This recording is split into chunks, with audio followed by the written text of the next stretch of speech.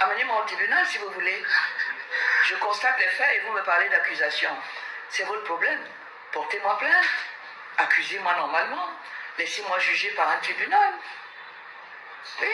Mais moi, je dis ce que je sais à partir d'une élection où j'ai été voté, où j'ai vu les candidats faire leur campagne et où j'ai assisté aux résultats sortis des urnes.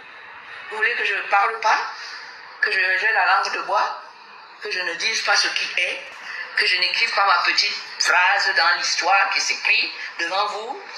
Allez-y. Mais je n'ai pas peur de ce genre de choses. Je suis un citoyen libre et de bonnes mœurs. À partir de ce moment-là, je ne sais pas sur quelle base, vous, sans prouver que j'ai raison de dire que vous êtes un despote, vous allez me faire arrêter. Si vous me faites arrêter, vous allez prouver que j'ai raison. Parce que ce sera en dépit de toutes les lois de la République, même les traités et conventions que vous avez ratifiés. Ça va me donner raison vis-à-vis du monde entier. Les personnalités jusqu'ici qui ont déclaré que M. Tiroma a gagné l'élection n'ont pas pu prouver, comme vous déclarez les mêmes choses que eux, mais eux, ils ont été arrêtés. Ben, allez lui demander de m'arrêter aussi. Ça vous dérange que je sois libre? Non, c'est que... Non, allez leur demander. Okay, mais... Moi, je suis un citoyen libre et de bonnes mœurs. La liberté fondamentale que j'ai de parler, je tiens ça des traités et des lois de la République. Et c'est lui qui a ratifié, et lui-même est soumis à ces lois-là. Il n'est pas là pour les utiliser, pour boxer les gens et les neutraliser. J'ai la liberté de m'exprimer comme je veux. Votre nomination hier comme porte-parole officielle de M. Tiroma, président élu selon vos déclarations, a déclenché un vif débat dans l'opinion publique. Certains y voient un acte courageux, d'autres une remise en cause des institutions actuelles.